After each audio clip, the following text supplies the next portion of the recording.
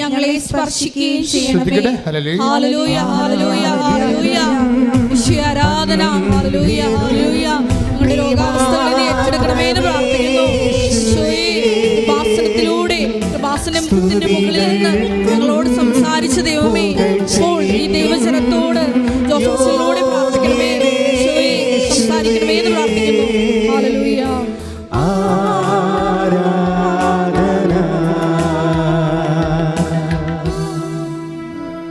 പ്രിയപ്പെട്ടവരെ, ഉടമ്പടി എടുക്കുന്ന എല്ലാവരുടെയും ഒരു ഭക്ഷണമാണ് ഉടമ്പടി ധ്യാനം. നിങ്ങളെ നയിക്കുകയും നിങ്ങൾക്ക് വെളിച്ചം നൽകുകയും ഇരുട്ടിൽ പ്രകാശിപ്പിക്കുകയും നടക്കേണ്ട വഴി പറഞ്ഞു തരികയും എല്ലാം ചെയ്യുന്നത് ഉടമ്പടി ധ്യാനത്തിലൂടെയാണ്. ഇത് ഓൺലൈനിൽ ഒരാഴ്ച കൂടുന്നത് 2.5 ലക്ഷം ആൾക്കാരാണ് ഓൺലൈനിൽ ഒരാഴ്ച. അപ്പം അവരെയും എല്ലാം ഈ സമയത്ത് നമ്മൾ ഓർത്ത് പ്രാർത്ഥിക്കണം. അച്ഛനോട് ചേർന്ന് പ്രാർത്ഥിക്കുക. കർത്താവേ, ഈ ധ്യാനത്തിൽ പങ്കെടുക്കുന്ന തീർത്ഥാടന ഉടമ്പടിക്കായി കൃപാസനത്തിൽ എത്തിയിരിക്കുന്ന ഞങ്ങളെയും ഈ ഉടമ്പടി ധ്യാനം അതാത് സ്ഥലങ്ങളിലിരുന്ന് ഓൺലൈനായി പങ്കെടുക്കുന്നവരെയും കർത്താവേ, നിന്റെ തിരുമുറിവ് വാർന്ന വലത് കരത്താൽ സ്പർശിക്കണമേ. തുറക്കപ്പെടട്ടെ എന്ന കൽപ്പനയാൽ ചെകിടന്റെ ചെവി തുറന്നതുപോലെ എല്ലാ മക്കളും അങ്ങയുടെ വചനം കേൾക്കാൻ അവരുടെ ആന്തരിക കർണപുടങ്ങളെ അങ്ങ് തുറക്കണമേ. അങ്ങേ കാണുവാൻ ആന്തരിക നേത്രങ്ങളെ അഭിഷേക വിധി പ്രകാരം അങ്ങ് പ്രകാശിപ്പിക്കണമേ.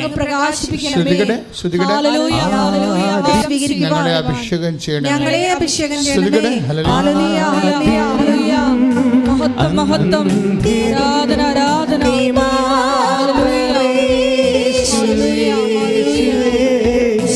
നന്ദി ആരാധന മഹത്വം.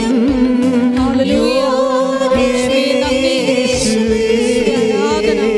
ഹല്ലേലൂയ.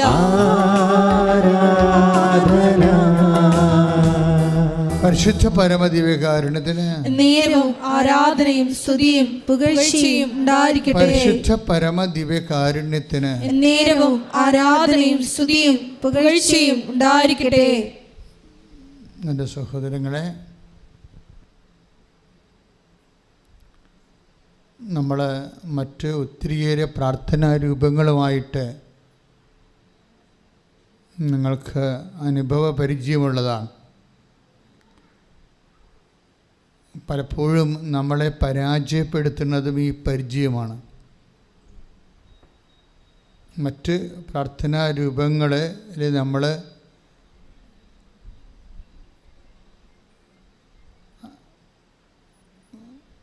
പ്രയോഗിക്കുന്ന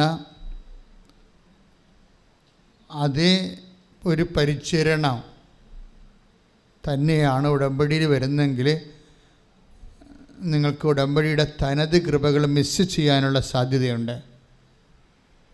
അതുകൊണ്ടാണ് എപ്പോഴും ഉടമ്പടിയുടെ അപ്ഡേഷൻസ് വരുന്നത്. നമ്മൾ പലതും പല പ്രാർത്ഥനാ രൂപങ്ങളെയും നാം പ്രയോഗിച്ച് ചിലപ്പോൾ വേണ്ടത്ര ഫലം കിട്ടാതെ വരികയോ അല്ലെങ്കിൽ ആ പ്രാർത്ഥനാ രൂപങ്ങളുടെ അപ്പുറത്ത് നമ്മുടെ ജീവിത പ്രശ്നങ്ങൾ സങ്കീർണമാകുകയും ചെയ്യുമ്പോഴാണ് നമ്മൾ ഉടമ്പടിയെ ആശ്രയിക്കുന്നത്.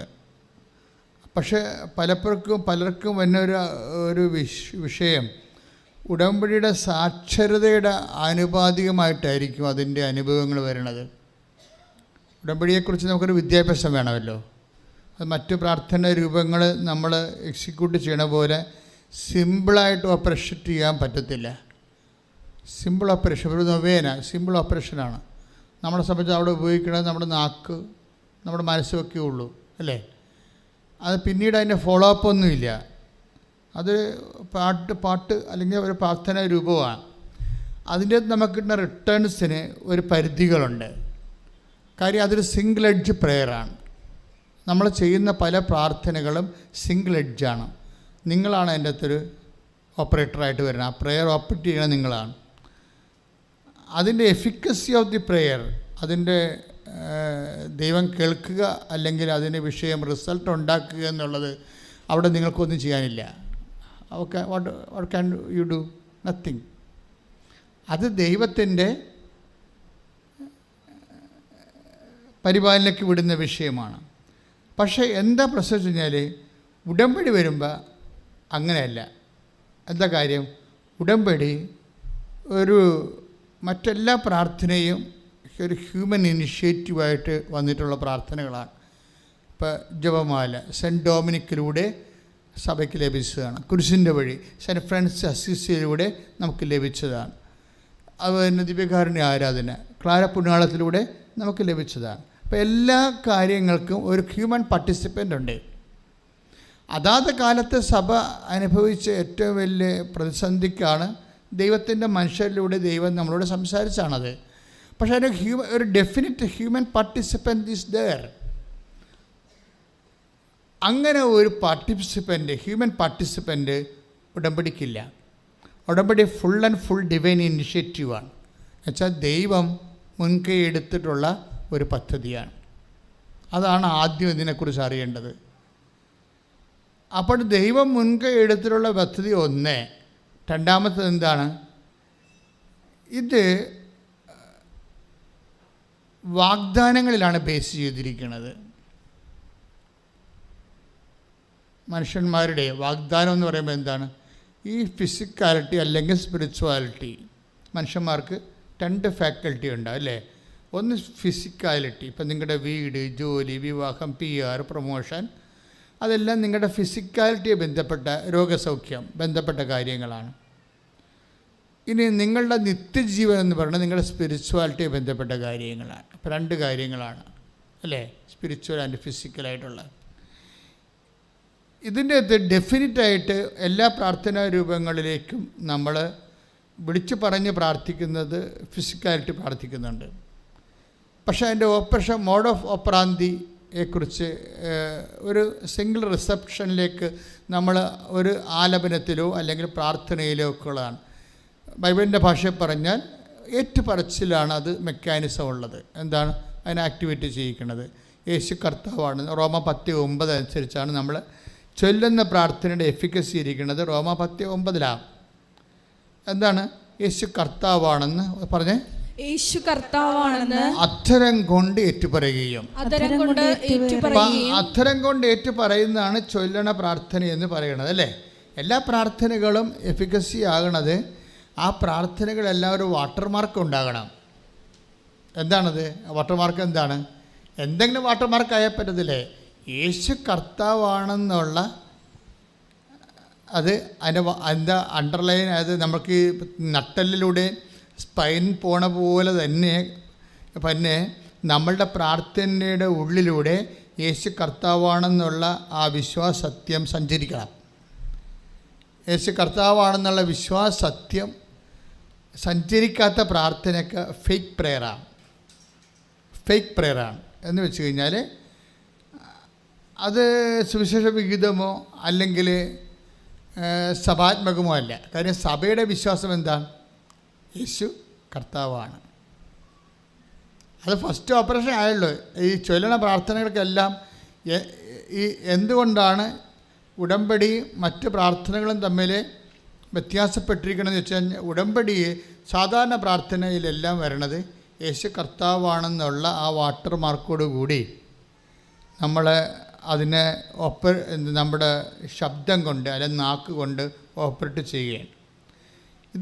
ഇതിൻ്റെ എഫിക്കസി റിസൾട്ട് എന്ന് പറയുന്നത് സാധാരണഗതിയിലുള്ള കാര്യങ്ങളൊക്കെ ഇത് വർക്കൗട്ട് ചെയ്യാം. ഒരു മനുഷ്യനുണ്ടാകുന്ന ഒരു ലെവൽ 1 വരുന്ന വിഷയങ്ങളെല്ലാം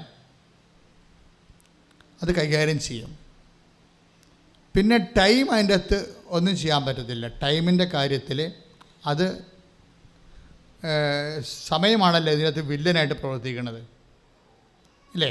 അതേമാതിരി ഈ ടൈമിനെ കൺട്രോൾ ചെയ്യാനുള്ള എലിമെൻ്റ് എന്താ പ്രെയറിലുള്ളത്? ഒന്നുമില്ല. ഇപ്പം നിങ്ങൾ പറയുന്ന ഇൻടേക്ക്, സെപ്റ്റംബറിലെ ഇൻടേക്ക് എനിക്ക് കയറി പോകാൻ പറ്റിയില്ല. ഇനി ഏജൻറ്റ് പറയണേ ഇനി കുഴപ്പമില്ല, യൂണിവേഴ്സിറ്റിയിൽ നിന്ന് ഒരു CS കിട്ടും, നിങ്ങൾക്ക് വേണമെങ്കിൽ ജനുവരി കയറി പോകാം, വേണമെങ്കിൽ ചിലപ്പോൾ പറ്റിയേക്കും. അങ്ങനെയൊക്കെ ഹൈപ്പോത്തറ്റിക്കലായിട്ടാണ് പറയണതേ. ഇല്ല, ഡെഫിനറ്റ് പറയണില്ലല്ലോ. അവിടെ ടൈമാണ് അവിടുത്തെ വില്ലൻ. ടൈമിനെ അഡ്രസ്സ് ചെയ്യാൻ പറ്റുന്ന പ്രാർത്ഥന ഈ സിംഗിൾ പ്രെയറിൽ ടൈമിനെ ഡയറക്റ്റായിട്ട് നമുക്ക് കൺട്രോൾ ചെയ്യാനോ നിയന്ത്രിക്കാനോ ഒന്നുമുള്ള ഒരു ഫങ്ഷൻ എൻ്റെ അടുത്തില്ല. അതുകൊണ്ട് തന്നെ ഈ ഉടമ്പടി നിങ്ങൾ ടെക്നിക്കലായിട്ട് നോക്കേണ്ടത്, പ്രത്യേകിച്ച് നമ്മളിവിടെ ചെയ്യണത് മരിയൻ ഉടമ്പടിയാണ്.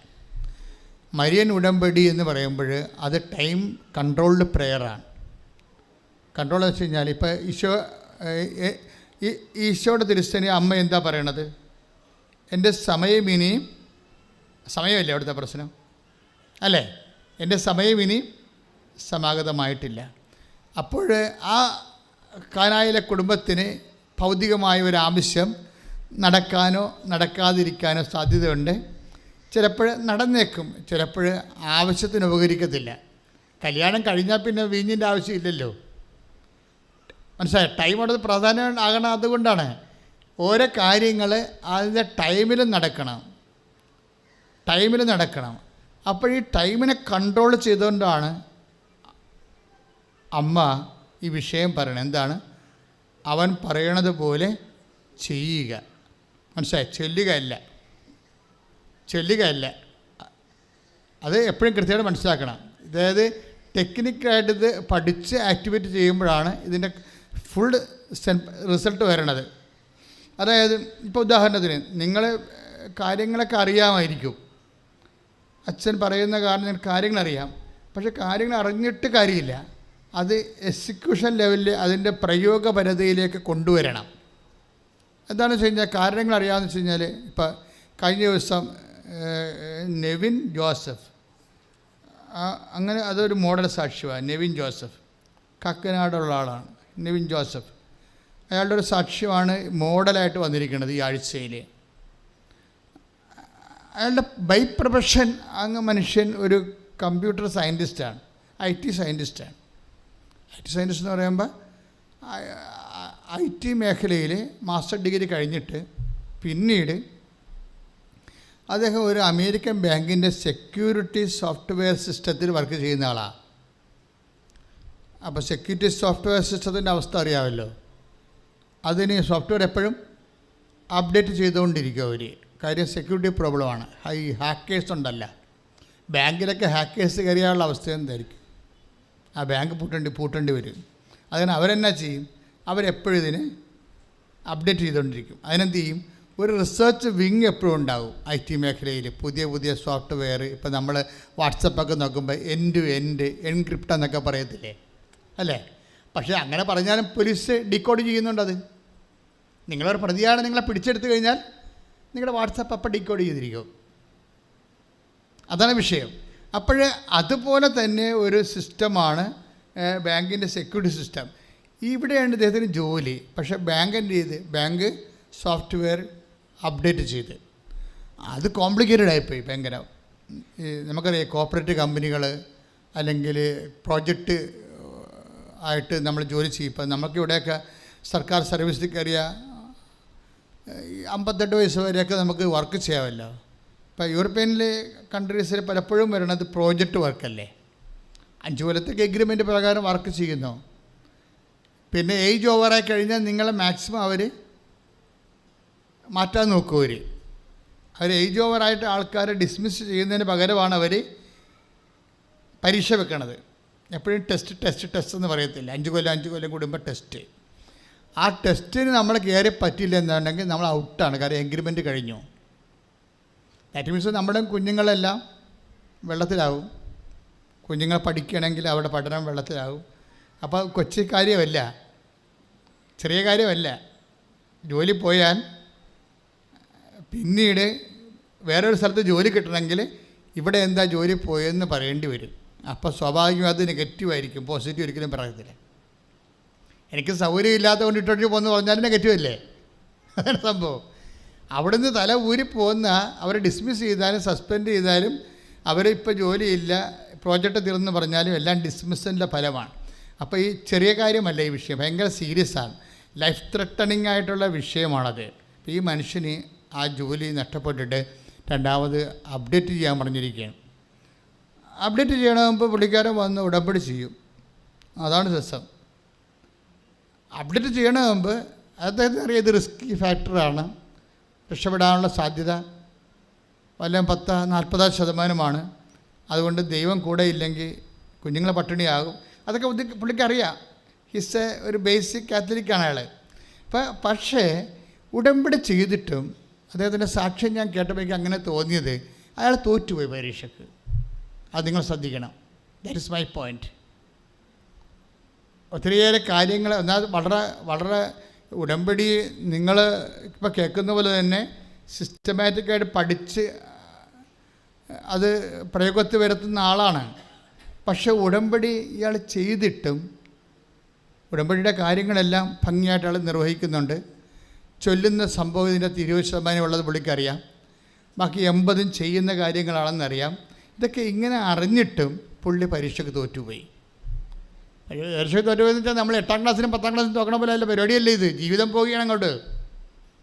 ഇനി വേറെ കൺട്രി പോകേണ്ടി വരും. അപ്പോൾ ഇത്രയും സ്കെയിലുണ്ടായാലോ സാലറിയുടെ എല്ലാം അങ്ങോട്ട് തിരികെയാണ്, എല്ലാം പൊളിച്ച് അയക്കുന്ന ഒരു അവസ്ഥയാണ്. അപ്പോൾ ഈ മനുഷ്യൻ കടന്നു പോകുന്ന ഓരോ ജീവിതത്തിൻ്റെ ഓരോ ടെൻഷൻ ജംഗ്ഷൻ ഇങ്ങനെയൊക്കെ ഉള്ളൊരവസ്ഥയാണ് വരുന്നത്. അപ്പോൾ പക്ഷേ അദ്ദേഹം ആ സാക്ഷ്യത്തിൽ പറയണ ഒരു കാര്യമുണ്ട്, ഞാൻ തോറ്റു പരീക്ഷയ്ക്ക്. എന്നുവെച്ചാൽ എൻ്റെ കുഞ്ഞുങ്ങളിനി വെള്ളത്തിലാവും, എൻ്റെ ലൈഫിന് സ്പോയിൽഡാവും. പക്ഷെ ഞാൻ പരീക്ഷയ്ക്ക് ഈ ബാങ്കിൻ്റെ പരീക്ഷയ്ക്ക് തോറ്റു, പക്ഷെ ഞാൻ എൻകറേജ്ഡ് ആയെന്ന്. അതാണ് ആ സാക്ഷ്യം. അയാൾ നല്ല master degree above level graduation ഉള്ള കാരണം ഉടമ്പടിയെക്കുറിച്ച് കൃത്യമായിട്ട് പുള്ളിക്ക് അറിയാം. പുള്ളിക്കാരൻ ഞാൻ തോറ്റു, പക്ഷെ ഞാൻ എൻകറേജ്ഡ് ആയി. എന്ന് വെച്ച് കഴിഞ്ഞാൽ ഞാൻ പരീക്ഷയ്ക്ക് തോക്കുമ്പോൾ സ്വാഭാവികം നമുക്ക് എന്താ വരേണ്ടത്? ബോധക്കേടല്ലേ വരേണ്ടത്, അല്ലേ? എന്തെങ്കിലും കാര്യം ഇപ്പോൾ ബാങ്ക് ലോൺ തന്നില്ല, ബോധക്കേടായി. അല്ലെങ്കിൽ നമുക്ക് മകൾക്ക് കല്യാണത്തിന് വെച്ചിരുന്ന പണം അല്ല കല്യാണത്തിന് നമുക്ക് തരാമെന്ന് പറഞ്ഞ ആൾ മനസ്സമ്മതത്തിൻ്റെ തലേദിവസം വെച്ച് പറയുകയാണ്, നിങ്ങൾ വേറെ എവിടെയെങ്കിലും അന്വേഷിക്ക്, ഞാൻ കല്യാണം കഴിഞ്ഞ് സംഘടിപ്പിച്ച് തരാം, എൻ്റെ പൈസ ആയില്ലെന്ന് പറഞ്ഞാൽ നമ്മൾ ബോധം കെട്ട് വീഴും, ഇല്ലേ? അപ്പോൾ ജീവിതത്തിൽ വരുന്ന ഇതുപോലെയുള്ള ചില സമയത്ത് ഈ സമയങ്ങൾ നമ്മളുടെ ഒരു ഫ്ലോപ്പിംഗ് ടൈം, ആ ടൈം കൂടി പാക്കേജ് എടുത്തിട്ടാണ് ദൈവം നമ്മുടെ സ്പിരിച്വാലിറ്റി ഡിസൈൻ ചെയ്തിരിക്കുന്നത്. മനസ്സിലായില്ല? നമ്മൾക്കൊരു പരാജയം ഉണ്ടായാൽ, ഒരു അലാം സിറ്റുവേഷൻ ഉണ്ടായാൽ, അലാം സിറ്റുവേഷനിൽ കൂടി ആ സാഹചര്യത്തിൽ കൂടി നമ്മളിങ്ങനെ പൊതിഞ്ഞ് പിടിക്കാൻ പറ്റിയ പാക്കേജുകളോടും ഫോർമുല ഉപയോഗിച്ചിട്ടാണ് ദൈവം നമ്മുടെ സ്പിരിച്വാലിറ്റി ഡിസൈൻ ചെയ്തിരിക്കുന്നത്. നമ്മൾക്ക് പിന്നെ അത് ആവശ്യമില്ലാത്തത് കൊണ്ട് ഇപ്പോൾ ഐഫോൺ മേടിക്കുന്ന ആൾക്കാർ ചിലർ അങ്ങോട്ട് വിളിക്കും, എനിക്കെന്തിനാണ് ഐഫോൺ, അങ്ങോട്ട് വിളിക്കണം ഇങ്ങോട്ട് കേൾക്കണം, വരുന്ന ഫോൺ എടുക്കണം, അത്രയേ ഉള്ളൂ പറയാം. അപ്പോൾ എനിക്കെന്തിനാണ് ആൾക്കാർ ചോദിക്കുന്നത് അതാണ്, എനിക്കെന്തിനാണ് ഐഫോൺ, അങ്ങോട്ട് അതിനകത്ത് ഓപ്ഷൻസ് ഒത്തിരി ഉണ്ടാകുമല്ലോ, അതെനിക്ക് ആവശ്യമില്ല, എനിക്കെന്താ എൻ്റെ മകളെ വിളിക്കണം, അത്രയേ ഉള്ളൂ, അല്ലെങ്കിൽ അവൾ വിളിക്കുമ്പോൾ എടുക്കണം, അത്രയേ ഉള്ളൂ. ഈ പ്രെയറിലും ഇതാണ് നിങ്ങൾ ഉപയോഗിക്കുന്ന ഒരു സംഭവം. എന്നുവെച്ചാൽ ദൈവാനുഭവത്തിൻ്റെ സങ്കീർണമായ മേഖലകളിലേക്ക് കടന്നു ചെല്ലാൻ ആവശ്യമായ ഒരു സ്പിരിച്വൽ തിയോളജി, ആധ്യാത്മിക വിദ്യാഭ്യാസം നമ്മൾ ആഗ്രഹിക്കുന്നില്ല. അതുകൊണ്ട് എന്നാ സംഭവിക്കണമെന്ന് വെച്ചാൽ നമ്മളൊരു ബിലോ ആവറേജ് ആയിട്ട് ഇങ്ങനെ ജീവിച്ച് മരിച്ചു പോകും. ഉടമ്പടിയാണ് നമ്മൾ സബ്ജക്റ്റ്. ഇപ്പോൾ ഉടമ്പടി ഈ വിഷയത്തെ എങ്ങനെയാണ് കൺഫ്രണ്ട് ചെയ്യുന്നത്? ഇപ്പോൾ ഈ മനുഷ്യൻ എന്താ പറയണത്? അയാൾ പറയണത് എന്താണ്? ഞാൻ പരീക്ഷയ്ക്ക് തോറ്റു, പക്ഷേ എൻ്റെ മനസ്സിൽ നല്ല വരപ്രസാദം നിറഞ്ഞെന്ന്. അത് വെച്ച് കഴിഞ്ഞാൽ അത് ഞാൻ first time I am hearing ആദ്യമായിട്ടാണ് ഇങ്ങനെ ഞാൻ പറഞ്ഞ കേൾക്കണത്. ഞാൻ പരീക്ഷയ്ക്ക് തോറ്റു, ഞാൻ വേർത്ത് ബോധം കെട്ട് വീണെന്നൊക്കെയാണ് ആൾക്കാർ പറയണത്. ഇതങ്ങനല്ല, ഞാൻ പരീക്ഷയ്ക്ക് തോറ്റു. അപ്പോൾ അയാളുടെ ലൈഫ് സ്പോയിലായിരിക്കും, പക്ഷേ എനിക്ക് ആ തോൽവി ഫീൽ ചെയ്യുന്നില്ല, ഞാൻ എൻകറേജ്ഡായി, വരപ്രസാദം നിറഞ്ഞെന്നാണ് പറയണത്. അങ്ങനെ ഒരു മനുഷ്യൻ പറയണമെന്നുണ്ടെങ്കിൽ നിങ്ങളെ ശ്രദ്ധിക്കേണ്ടി വരും. എന്താ കാര്യം വെച്ച് കഴിഞ്ഞാൽ ദൈവത്തിൻ്റെ ഭാഗത്ത് നമുക്ക് ലഭിക്കുന്ന 2 കാര്യങ്ങളുണ്ട്. ബ്ലെസ്സിങ് ഉണ്ട്, അനോയിൻറ്റിങ് ഉണ്ട്. പിടികിട്ടിയ 2 കാര്യങ്ങളാണ് ദൈവത്തിൻ്റെ ഭാഗത്ത് നമുക്ക് ലഭിക്കുന്നത്. ഒന്ന് ബ്ലെസ്സിങ്. ബ്ലെസ്സിങ് മീൻസ് ഫിസിക്കൽ ഫേവേഴ്സാണ് ബ്ലെസ്സിങ് എന്ന് പറയണത്. കാര്യം ബ്ലെസ്സിങ് വെച്ചിരിക്കുന്നത് നമ്മുടെ ഫിസിക്കാലിറ്റി മെയിൻറ്റെയിൻ ചെയ്യാൻ വേണ്ടിയാണ്, ഇല്ലേ? ഫിസിക്കാലിറ്റി മെയിൻറ്റെയിൻ ചെയ്യാൻ വേണ്ടിയാണ് ബ്ലെസ്സിങ്സ് വെച്ചിരിക്കുന്നത്. ആ ബ്ലെസ്സിങ്സ് നമ്മൾ ഇപ്പം തന്നെ കഴിഞ്ഞ ദിവസം സാക്ഷ്യം എന്താണ്? അച്ഛൻ എൻ്റെ വയറിൽ തൊട്ട് വിശ്വാസ പ്രമാണം ചൊല്ലി. പിന്നീട് ഞാൻ സ്കാൻ ചെയ്തപ്പോൾ എൻ്റെ സിസ്റ്റ് കാണാനില്ലെന്നാണ് സംഭവം. അതാണത്. എന്താ സംഭവിച്ചു കഴിഞ്ഞാൽ അതൊരു സാക്ഷ്യം കേട്ടിട്ട് ഞാനിപ്പോൾ ഉദാഹരണം നിങ്ങൾക്ക് മനസ്സിലാക്കാൻ വേണ്ടി ഞാൻ പറയണതാണ്. ഞാൻ അധികം ആവശ്യമില്ലാത്ത സ്വരവും ബഹളവും കാണിക്കാത്ത കാര്യം ഇത് വളരെ സൂക്ഷ്മതയോടെ നിരീക്ഷിച്ച് ശാന്തമായിട്ട് മനസ്സിലാക്കേണ്ട കുറച്ച് സത്യങ്ങളുണ്ട്.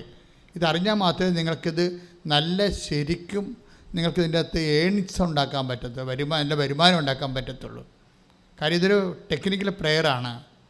അല്ല നമ്മളുടെ മറ്റ് പ്രാർത്ഥന പോലെ ഇത് അട്ടുപൊട്ട് ചെയ്യാൻ പറ്റത്തില്ല. തന്നെയാലും ഇതിൻ്റെ സാധ്യതകളെന്ന് പറയണത് നമ്മുടെ സാധാരണ പ്രാർത്ഥനയുടെ സാധ്യതകളല്ല, അതുക്കും മേലെയാണ് ഇതിൻ്റെ സംഭവം. നിങ്ങളൊന്ന് പ്രാർത്ഥിച്ച്, കർത്താവായ ദൈവമേ, ഉടമ്പടിയെക്കുറിച്ചുള്ള ആഴമായ ജ്ഞാനത്താൽ ഞങ്ങളുടെ ബുദ്ധിയെ പ്രകാശിപ്പിക്കുകയും ഹൃദയത്തെ ജ്വലിപ്പിക്കുകയും ആന്തരിക ബോധ്യം നൽകുകയും അനുഗ്രഹിക്കുകയും ചെയ്യണമേ. ശ്രദ്ധിക്കട്ടെ. പരിശുദ്ധ പരമ ദിവ്യകാരുണ്യത്തിന് നേരവും ആരാധനയും സ്തുതിയും പുകഴ്ചയും പരിശുദ്ധ പരമ ദിവ്യകാരുണ്യത്തിന് നേരവും ആരാധനയും സ്തുതിയും പുകഴ്ചയും.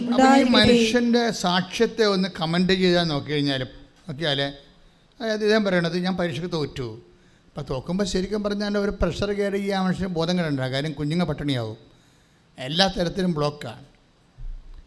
പക്ഷേ ഇയാൾ പറയണത് എനിക്കത് ഫീൽ ചെയ്തില്ല, എനിക്കതിന് പകരം ഉള്ളിൽ ഗ്രേസ് ഫീൽ ചെയ്തെന്നാണ്, കൃപ ഫീൽ ചെയ്തു.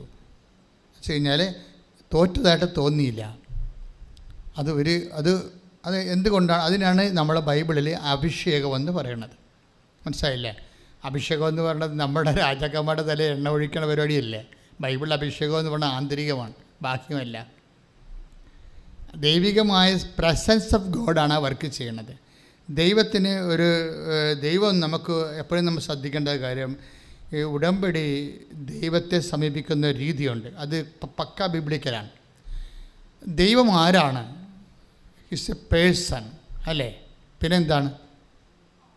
And power. രണ്ടും ആണ് ദൈവത്തിൽ നമുക്ക് കിട്ടുന്നത്. ദൈവത്തെ ഇപ്പം പിതാവ് പുത്രൻ പരിശുദ്ധാത്മാവ് എടുത്താലും ത്രിത്വിക ദൈവം എടുത്താലും ദൈവം ബേസിക്കലി എന്താണ്? ഇറ്റ്സ് എ പേഴ്സൺ, വ്യക്തിയാണ്. അതാണ് ദൈവത്തിൻ്റെ ജ്ഞാനവും ദൈവത്തിൻ്റെ ശക്തിയുമായ യേശു ക്രിസ്തു. ഒന്ന് പറഞ്ഞേ. ദൈവത്തിൻ്റെ ജ്ഞാനവും ദൈവത്തിൻ്റെ ശക്തിയുമായ യേശു ക്രിസ്തു. അപ്പോഴേ ഒരേ സമയം തന്നെ രണ്ട് ഫാക്കൽറ്റിയാണ്. ബുദ്ധിയുണ്ട്, അതേസമയം തന്നെ ശക്തിയുമുണ്ട്, തിയറിയുമുണ്ട്, പ്രാക്ടിക്കലുമുണ്ട്. ദൈവത്തിൽ എല്ലാമുണ്ട്. ഇപ്പം ദൈവത്തിൻ്റെ ഇപ്പോൾ 1 കൊറിന്ത്യൻസ് 1:24 അത് എപ്പോഴും ഉടമ്പടിയുടെ ബേസിക് വാചനമാണത്. 1 കൊറിന്ത്യൻസ് 1:24 എന്താണ്? എന്ന് പറഞ്ഞാൽ ദൈവത്തിൻ്റെ ജ്ഞാനവും ദൈവത്തിൻ്റെ ശക്തിയുമായ യേശു ക്രിസ്തു. അതെന്താ സംഭവിച്ചു കഴിഞ്ഞാൽ അത് യേശുക്രിസ്തുവിനെ കുറിച്ച് പറയുമ്പോഴും രണ്ട് കാര്യം പറയും. ഒന്ന് പേഴ്സൺ ആൻഡ് പവർ ആണെന്ന് പറയും. അത് തന്നെയാണ് പരിശുദ്ധാത്മാവിനെ കുറിച്ചും പറയണത്, ഇല്ലേ? പരിശുദ്ധാത്മാവിനെ കുറിച്ച് എന്താ പറയണത്? പരിശുദ്ധാത്മാവ് ഒരു വ്യക്തിയാണ്. എന്നുവെച്ചാൽ വ്യക്തിയാണെന്ന് പറയാൻ കാരണം എന്താ വെച്ചാൽ പരിശുദ്ധാത്മാവിനെ ദുഃഖിപ്പിക്കരുത്, അല്ലേ? അങ്ങനെ വചനമില്ലേ? എഫെസ്യസ് 4:30 നിങ്ങൾ ഒന്ന് പറഞ്ഞ പരിശുദ്ധാത്മാവിനെ ദുഃഖിപ്പിക്കരുത്. അപ്പോൾ എഫെസ്യസ് 4:30 പരിശുദ്ധാത്മാവിനെ ദുഃഖിപ്പിക്കരുതെന്ന് പറയുമ്പോൾ നമുക്ക് മനസ്സിലാകും പരിശുദ്ധാത്മാവ് ഒരു വ്യക്തിയാണ്. സന്തോഷിക്കാൻ പറ്റും, ദുഃഖിക്കാൻ പറ്റുന്ന നമ്മളപ്പോൾ ഒരു വ്യക്തിയാണ്, അല്ലേ? ഒരു പേഴ്സണാണ്. സ്പിരിച്വൽ പേഴ്സണാണെന്ന് വ്യത്യാസമുള്ളത്. നമ്മൾ ഫിസിക്കൽ പേഴ്സൺസാണ്, ദൈവം സ്പിരിച്വൽ പേഴ്സണാണ്. അപ്പോൾ പരിശുദ്ധാത്മാവ് ഒരു വ്യക്തിയാണ്. പക്ഷേ അപ്പോൾ തന്നെ ബൈബിൾ എന്താ പറയണത്? പരിശുദ്ധാത്മാവിനെ രക്ഷയുടെ കാലത്തിനായി നിങ്ങൾക്ക് നൽകിയിരിക്കുന്ന പരിശുദ്ധാത്മാവിനെ ദുഃഖിപ്പിക്കരുത്. പിന്നെന്താണ്? പരിശുദ്ധാത്മാവിനെ നിർവീര്യമാക്കരുത്. 1 തെസ്സലോനിക്കർ 5:19 1 തെസ്സലോനിയൻസ് 5:19 എന്താ പറഞ്ഞ ഒന്ന് പറഞ്ഞ പരിശുദ്ധാത്മാവിനെ നിർവീര്യമാക്കരുത്. അപ്പോഴേ പരിശുദ്ധാത്മാവിനെ നിർവീര്യമാക്കാൻ നമുക്ക് പറ്റത്തില്ല. പിന്നെ നമ്മളിൽ വസിക്കുന്ന പരിശുദ്ധാത്മാവിനെയാണ് നിർവീര്യമാക്കുകയോ വീര്യപ്പെടുത്തുകയോ ചെയ്യാൻ പറ്റണത്. മനസ്സിലായില്ലേ? പരിശുദ്ധാത്മാവ് ആശ്രയിച്ച് നമുക്കൊന്നും ചെയ്യാൻ പറ്റത്തില്ല, അത് ദൈവമല്ലേ. പക്ഷെ നമ്മളിൽ വസിക്കുമ്പോൾ നമ്മളുടെ കൃപയോടുള്ള സഹകരണത്തിൻ്റെ ആനുപാദ്യം അനുസരിച്ചിട്ട് പരിശുദ്ധാത്മാവ് വീര്യപ്പെടുകയോ, നമുക്കൊരു കാര്യം വ്യക്തമാണ്. പരിശുദ്ധാത്മാവ് ഇപ്പോൾ 1 തെസ്സലോനിയൻസ് 5:19 പരിശുദ്ധാത്മാവിനെ നിർവീര്യമാക്കരുത്. അപ്പം നമ്മളതിനെ ഡീപ്പ് അവർ ചെയ്യരുതെന്നതിൻ്റെ അർത്ഥം. അത് നമ്മുടെ ഭാഗത്തുനിന്ന് വരാൻ സാധ്യതയുള്ള ഒരു അവസ്ഥയാണ്. അത് അപ്പോഴേ അവിടെ നിർവീര്യമാക്കരുത് എന്ന് പറയുമ്പോൾ ബിക്കോസ് ഹിസ് എ പവർ, അല്ലേ? ഒരു പവറാണ് പരിശുദ്ധാത്മാവ്. ദാറ്റ് മീൻസ് അതുകൊണ്ടാണ് അമ്മ മാലാഖയോട് ചോദിക്കത്തില്ല, ഇതെങ്ങനെ സംഭവിക്കും, ഞാൻ എങ്ങനെയാണ് പ്രഗ്നൻ്റ് ആകണത്? എന്താ കാരണം? ഞാൻ പുരുഷനെ അറിയാത്ത ഒരു ജീവിതമാണ് തിരഞ്ഞെടുത്തിരിക്കുന്നത്. കന്യയായിട്ട് ജീവിക്കാൻ തീരുമാനിച്ച ആളാണ്. അപ്പം അതുകൊണ്ട് അതെങ്ങനെയാണ് തമ്മിൽ ഇത് ടാലിയായി പോകണം എങ്ങനെയാണെന്ന് അമ്മ ചോദിക്കുന്ന ചോദ്യമാണ്. വളരെ ഇൻ്റലിജൻ്റ് ആയിട്ടുള്ള ക്വസ്റ്റ്യനാണ്. അമ്മ ഈ ചോദ്യം ചോദിക്കണത് മാലാഖ പറയുന്ന ഉത്തരവുണ്ട്. എന്താണ്? 1:35 ലുക്ക 1:35 എന്താ പറയണത്? പരിശുദ്ധാത്മാവ് നിൻ്റെ മേൽ വരും. പറഞ്ഞേ, പരിശുദ്ധാത്മാവ് നിൻ്റെ മേൽ വരും. എങ്ങനെയുള്ള പരിശുദ്ധാത്മാവാണ്? അത്യുന്നതൻ്റെ ശക്തി. അതാണ് പ്രശ്നം. പരിശുദ്ധാത്മാവ് ശക്തിയാണ്, ഇല്ലേ?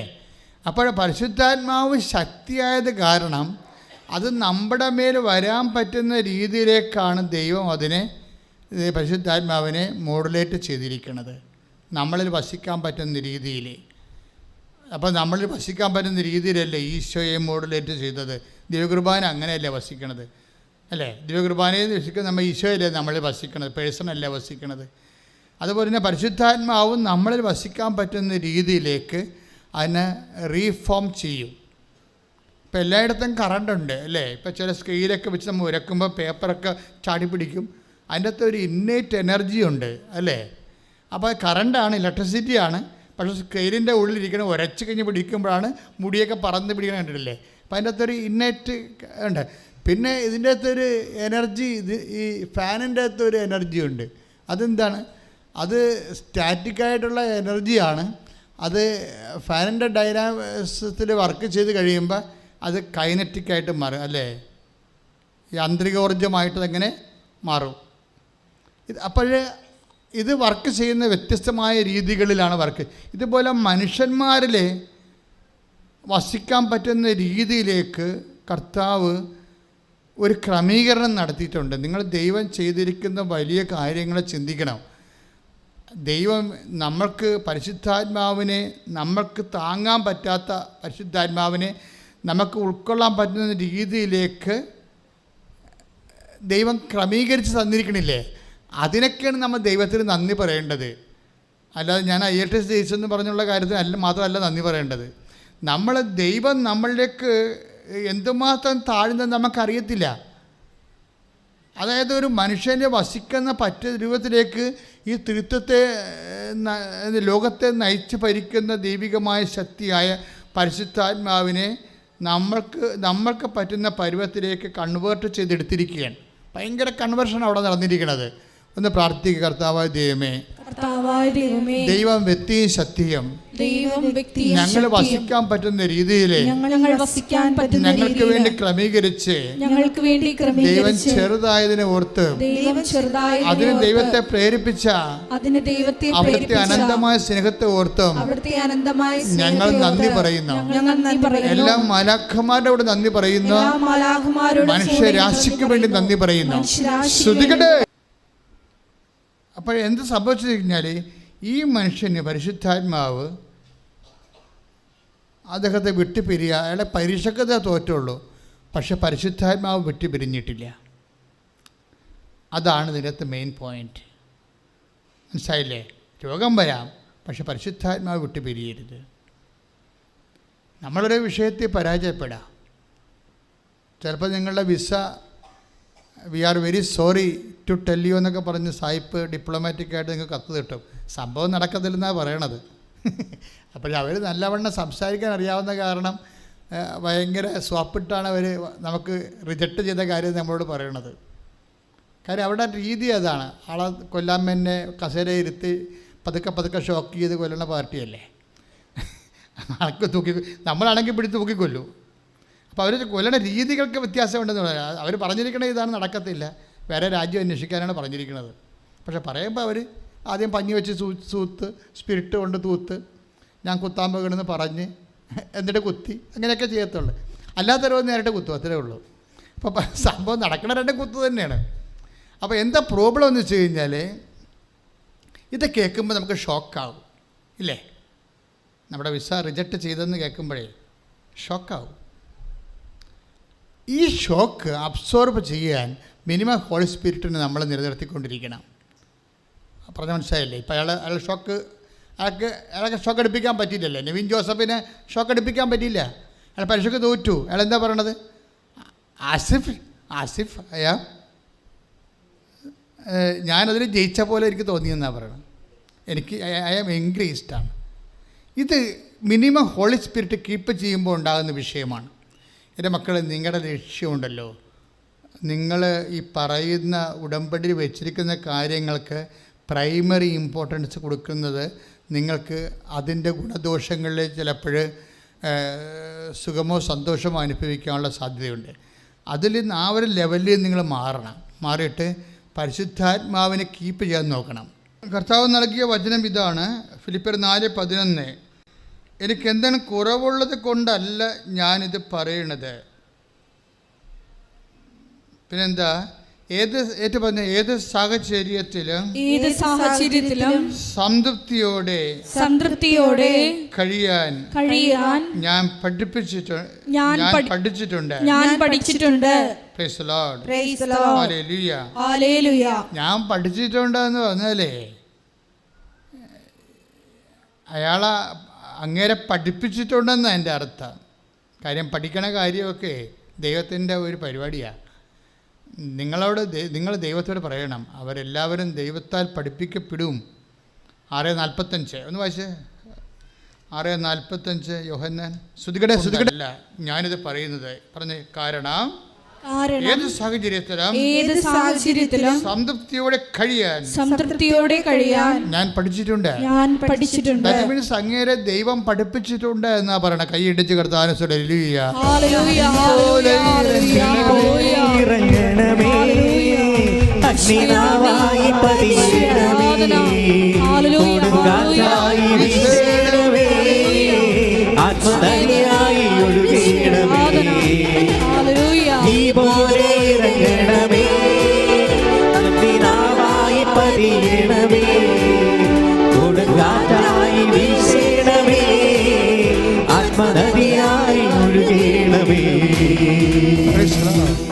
അപ്പോൾ ഈ സാഹചര്യം IT പരീക്ഷയ്ക്ക് തോറ്റു, അതാണ് സാഹചര്യം.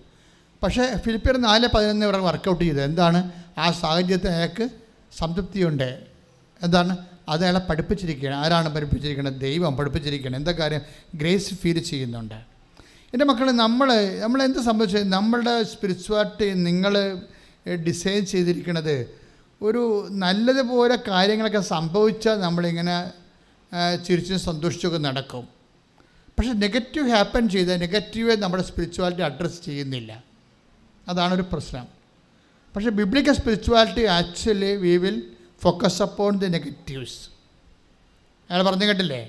കാര്യം അനുഗ്രഹം എന്ന് പറയുന്നത് ഫിസിക്കൽ ഫേവേഴ്സാണ്. അതിനകത്ത് PR-ഉം പരീക്ഷാ വിജയവും ഒക്കെ ഉണ്ട്. നിങ്ങളുടെ രോഗസൗഖ്യമൊക്കെ അനുഗ്രഹത്തിലുള്ളതാണ്. അത് ഫിസിക്കാലിറ്റിയെ ബാധിക്കുന്നതാണ്. ഇനിയുള്ള വിഷയമെന്ന് പറയണത് വേറെ ഒരു സംഭവമുണ്ട്. നിങ്ങൾ വിചാരിക്കുന്ന പോലെ കാര്യങ്ങൾ നടക്കുന്നില്ല എന്ന് വിചാരിച്ചോ? നിങ്ങൾ വിചാരിക്കുന്ന പോലെ കാര്യങ്ങൾ നടക്കുന്നില്ല, അത് നെഗറ്റീവല്ല ശരിക്കും. ഞാനിപ്പോൾ ഒരു 90കളിൽ ഒരു 3 സെൻറ്റ് സ്ഥലം കിട്ടാൻ വേണ്ടി 90-ലെ എനിക്ക് കർത്താവ് എനിക്ക് നോട്ട് തന്നായിരുന്നു. ശുശ്രൂഷ കർത്താവ് കണ്ടിന്യൂ ചെയ്യുമെന്ന്. അപ്പോൾ ഇത് 84 തുടങ്ങിയ ശുശ്രൂഷയാണ്. അപ്പോൾ 90 എനിക്ക് കർത്താവ് എനിക്ക് നോട്ട് തന്നായിരുന്നു. കൃപാസനം രജിസ്റ്റർ ചെയ്തിരിക്കുന്നത് 92-ലാണ്. രജിസ്റ്റർ ചെയ്യുന്ന മുമ്പ് തന്നെ എനിക്ക് കർത്താവ് പറഞ്ഞായിരുന്നു ഒരു കൗൺസിലിംഗ് സെൻറ്റർ തരുമെന്ന് പറഞ്ഞായിരുന്നു. അപ്പോൾ ഒരു 3 സെൻറ്റ് സ്ഥലവും. അപ്പോൾ ഞാനന്ന് കൊച്ചച്ഛനാണ്, വെറും കൊച്ചച്ഛൻ, അച്ഛനായിട്ട് 2 കൊല്ലമൊക്കെ ആയിട്ടുള്ളൂ. 34 കൊല്ലം മുമ്പുള്ള കഥ പറയണത്. അതായത് ഇപ്പോൾ ഉറപ്പിച്ചുകൊണ്ട് മനഃപൂർവ്വം പറയണമല്ല, ഇപ്പോൾ ഇത് ഉറച്ച് നിങ്ങൾക്ക് മനസ്സിലാക്കാൻ വേണ്ടി പറയാം. അപ്പോൾ ഞാനവിടെ ഈ 3 സെൻറ്റ് സ്ഥലത്തിന് വേണ്ടി ഈ തുമ്പോളി എന്ന് പറഞ്ഞ സ്ഥലമുണ്ട് ഇവിടെ, ആലപ്പുഴ ഉള്ളതാണ്, തീരദേശത്തെ സ്ഥലമാണ്. പിന്നെ അർത്തുങ്കൽ, നിങ്ങൾക്കറിയാം അർത്തുങ്കൽ. അവിടെ നിന്ന് നടന്ന് ഇപ്പോൾ നമ്മൾ ജോപാന നടത്തിയ പോലെ ഞങ്ങൾ 3 പേരും കൂടി ജോപാന നടത്തിയിട്ടുണ്ട്. ഞാനും തങ്കച്ചനും പീറ്ററും, ഞങ്ങൾ 3 പേര് ഇപ്പോഴും ഉണ്ട് എൻ്റെ കൂടെ. അവർ 30 കൊല്ലമായിട്ട് എൻ്റെ കൂടെ ഉണ്ട് അവർ. അന്ന് ഞങ്ങൾ ഈ തുമ്പോളിൽ നിന്ന് അർത്തുങ്ക വരെ ജവമാലയും പിടിച്ചുകൊണ്ട് നടന്ന് പ്രാർത്ഥിച്ചിട്ടുണ്ട്. എന്തിനാണ്? 3 സെൻറ്റ് സ്ഥലം കിട്ടാൻ. മനസ്സിലായില്ലേ? എന്നിട്ട് ഒരു സ്ഥലം കണ്ടുപിടിച്ചതിനെ വേണ്ടി ചെത്തിയൊരു സ്ഥലം കണ്ടുപിടിച്ച്, ചെത്തിയ സ്ഥലമുണ്ട് അവിടെ. 1 കൊല്ലം അതിനു വേണ്ടി അടയിരുന്ന പോലെ പ്രാർത്ഥിച്ച്. പക്ഷെ ആ സ്ഥലം കർത്താവ് തന്നില്ല. ആ രൂപതയുടെ പള്ളിയുടെ സ്വന്തം സ്ഥലമായിട്ട് പോലും പള്ളിക്കമ്മൻ്റെ തീരുമാനിച്ചത് പോലും എനിക്ക് കിട്ടിയില്ല ആ സ്ഥലം. പക്ഷെ 97 ഇവിടെ താമസിച്ചിരുന്നൊരു സന്യാസി വര്യനായ ഒരു ഫ്രാൻസിസ് ബ്രദർ ഉണ്ടായിരുന്നു. പ്രായമായിരുന്നു. എന്നെ കാണാൻ വേണ്ടി എൻ്റെ ഇടവക വന്നു ഒരു 11 മണിയായപ്പോൾ 97. അദ്ദേഹം എന്നോട് പറഞ്ഞു, അച്ഛാ എൻ്റെ സ്ഥലം കുറച്ച് അച്ഛന് തരാൻ ഞാൻ തീരുമാനിച്ചിട്ടുണ്ട്. പക്ഷെ ബാക്കി എൻ്റെ സ്ഥലം കുറച്ച് ഈ കാണുന്ന ഇവിടെ അന്ന് ഈ തെങ്ങൊക്കെ ഉണ്ടായിരുന്ന സ്ഥലമാണിത്. 2 തെങ്ങും കുറച്ച് തലപോയ തെങ്ങൊക്കെ ആയിരുന്നു. ഈ സ്ഥലം അച്ഛൻ വിലക്കെടുക്കണമെന്ന് പറഞ്ഞു. ഞാൻ പിന്നെ ഒരു കുഴപ്പമില്ലെന്ന് പറഞ്ഞു. അപ്പോൾ എനിക്ക് എൻ്റെ കുറേ പല സ്ഥലങ്ങളിൽ നിന്നൊക്കെ നടന്നിട്ട് എനിക്ക് 1,40,000 രൂപ കിട്ടി. നമ്മൾ തിരിച്ചു കൊടുക്കാൻ വേണ്ടി വായ്പ വാങ്ങിച്ചതാണ്. ആ 40,000 രൂപയ്ക്കാണ് ആ സ്ഥലം, 1,40,000 രൂപയ്ക്ക് ഈ സ്ഥലം എടുത്തിരിക്കണം. 97. ഇത് 17 സെൻറ്റ് ബ്രദർ തന്നു. പിന്നെ ആ കാണുന്ന സ്ഥലമൊക്കെ നമ്മൾ കുറേ കാശ് കൊടുത്ത് വാങ്ങിച്ചതാണ്. ആ ഒരു സെൻറ്റ് 8 സെൻറ്റ് തന്നെ. ആ കാണുന്ന ബിൽഡിങ് നിൽക്കുന്ന നിങ്ങളുടെ ഉടമ്പടി ഓഫീസ് നിൽക്കുന്ന സ്ഥലം 8 സെൻറ്റിന് ഏതാണ്ട് 37 ലക്ഷം രൂപ കൊടുത്ത് വാങ്ങിച്ചത്. പിന്നെ കാലം മാറിയപ്പോഴേ പെട്ടെന്ന് ഇതിൻ്റെ ചേഞ്ച് വന്നു. അപ്പോൾ ഇതെല്ലാം ആൾക്കാർ വന്ന് കയറി ഇറങ്ങി വന്നപ്പോൾ ഇവിടുത്തെ സ്ഥലങ്ങളൊക്കെ വില കൂടിപ്പോയി. അപ്പോൾ ഞാൻ നിങ്ങൾ ചിന്തിച്ച് നോക്കിയേ, ഞാൻ ചോദിച്ച സ്ഥലം ദൈവം എനിക്ക് തന്നില്ല. അതിന് ഞാൻ എന്തുമാത്രം കഷ്ടപ്പെട്ട് 1 കൊല്ലം പ്രാർത്ഥിച്ചില്ലേ അല്ലേ? ഞാൻ ചോദിക്കാത്തത് എനിക്ക് ദൈവം തന്നു. ആ ചോദിച്ച സ്ഥലം എനിക്ക് കിട്ടാഞ്ഞ എന്താണെന്ന് ഇപ്പം എനിക്ക് മനസ്സിലാവും. കാര്യം അവിടെ ഒരു പുഴയുടെ ഒരു പാലം ഉണ്ടായിരുന്നു. ആ പാലം വന്ന് തിരശ്ചീനമായിട്ട് പുഴക്ക് നേരെ കിടക്കിയിരുന്നു. ഇപ്പം ഗവൺമെൻറ് അത് പൊളിച്ചിട്ട് 3-4 അടി പൊക്കത്തിലേക്ക് ആ പാലം 3-4 മീറ്റർ പൊക്കത്തിലേക്ക് ആ പാലം ഉയർത്തി. അപ്പോഴേ ആ സ്ഥലത്തിലേക്ക് ഇപ്പം ഇറങ്ങണമെങ്കിൽ ഏണി വെച്ച് ഇറങ്ങണം. അതാണ് സംഭവം. അത് നമുക്കറിയത്തില്ലാഞ്ഞല്ലോ, അത് ഇന്നാളെ സംഭവിച്ച കാര്യമാണ്. അപ്പോൾ ദൈവത്തിന് നേരത്തെ മുൻകൂട്ടി നിൻ്റെ ഭാവിയിൽ നിനക്ക് എന്താണ് സംഭവിക്കാൻ പോകുന്നത്. നിങ്ങളിപ്പോൾ ചോദിക്കുന്ന പലതും മണ്ടത്തരങ്ങളാണ്. അതെങ്ങനെ തന്നാൽ നിങ്ങളുടെ കാര്യം ജീവിതം തീരും. നിങ്ങൾ ചോദിക്കുന്ന ചില കാര്യങ്ങൾ ദൈവം നിങ്ങൾക്ക് തരികയാണെങ്കിൽ അത് വെച്ച് തന്നെ നിങ്ങളുടെ ജീവിതം തീരും.